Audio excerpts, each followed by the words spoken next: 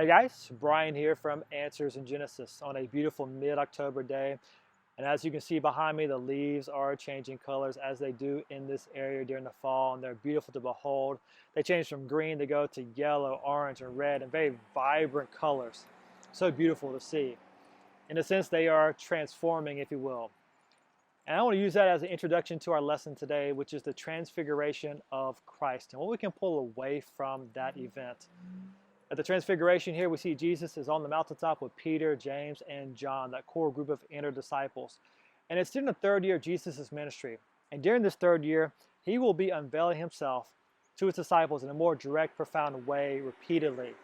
And in this case, he's unveiling his glory directly to these three disciples. As they're on the mountaintop, we see his face shines like the sun. His clothes are whiter than white. We're seeing Jesus' glory. And then Moses and Elijah pop up on the scene, which seems to be symbolic of how Jesus fulfills the Old Testament. Moses represents the law, Elijah, the prophets. The Jews called the Old Testament the law and the prophets. And as we've said numerous times, the Old Testament points to Christ. The entire Bible is about Christ. And then we see that God's glory comes down in the form of a cloud, like the Shekinah glory that descended on the tabernacle or on Mount Sinai when Moses was there with God. And then God speaks, "This is my son in whom I am well pleased. Listen to him."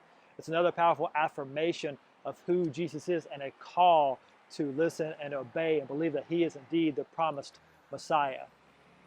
And of course, the disciples don't know what to do with themselves, right? Because this is such an awesome thing they're witnessing. But they're seeing Jesus' glory. And we can take so much away from this.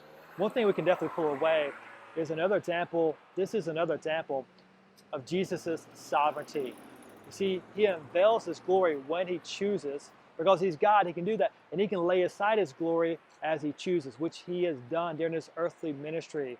Jesus, as God, laid aside his glory to accomplish the plan of redemption set apart from eternity past to do so. And he's sovereign in this. He can lay his glory down. He can pick it up again. He can display it as he sees fit because he is God. And this is done by his own volition. And we see this connects really well to how Jesus has come and he's going to lay down his life by his choosing. And he'll take it up again with victory over death because he is God. He can do just that. He is sovereign. He is in control. And then, of course, we can also pull great hope from this event. We're seeing Jesus transformed in his glorified body. And there are numerous biblical passages that tell us that when we are with Christ one day, our bodies will be transformed. Yes, as believers, we are transformed spiritually now. We're new creations in Christ, but one day we'll have new, resurrected, transformed bodies, glorified bodies, similar in some awesome way to that of Christ.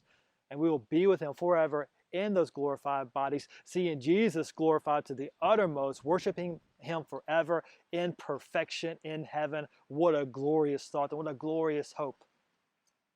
And so as we look at the trees behind me, see them changing leaves and see that transformation, let it remind us of how Jesus laid aside his glory to take it up again, but to accomplish the purpose of salvation for lost sinners. And let it also remind us of how we are transformed in Christ forever, eternally, for his glory and all for our good.